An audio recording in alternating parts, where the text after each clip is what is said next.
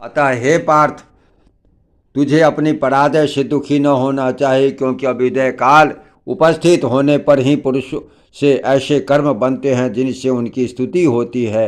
हे अर्जुन, जिस समय तुझ अकेले ने ही युद्ध में भीष्म, द्रोण और कर्ण आदि को मार डाला था, वह क्या उन वीरों का काल क्रम से प्राप्त हीन बल पुरुष से पराभव नहीं था?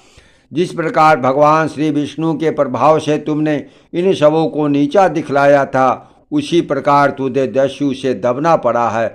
वे जगत पति देवेश्वर ही शरीरों में प्रविष्ट होकर जगत की स्थिति करते हैं, और वे ही अंत में समस्त जीवों का नाश करते हैं। हे कौन्तेय, जिस समय तेरा भाग्योदय हुआ था उस समय श्री जनार्दन तेरे सहायक थे, और इस समय उस सौभाग्य का अंत हो गया तो तेरे विपक्षियों श्री केशव की कृपा दृष्टि हुई।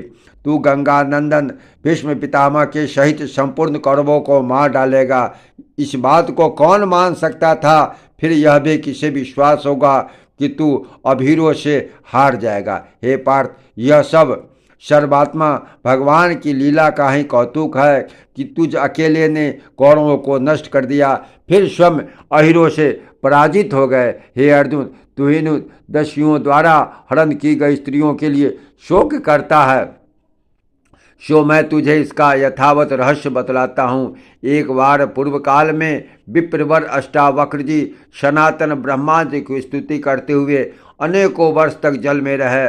उस समय दैत्यों पर विजय प्राप्त करने से देवताओं ने सुमेरु पर्वत पर एक महान उत्सव किया। उसमें सम्मिलित होने के लिए जाती हुई रंभा और तिलोत्तमा आदि सैकड़ों हजारों देवांगनाओं ने मार्ग में उन मुनिवर को देखकर उनकी अत्यंत स्तुति और प्रशंसा की।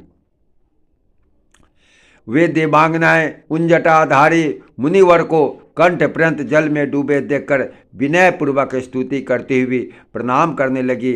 हे कौरव श्रेष्ठ, जिस प्रकार वे द्विज श्रेष्ठ अष्टावक्र जी प्रसन्न हों, उसी प्रकार वे अप्सराएं उनकी स्तुति करने लगी।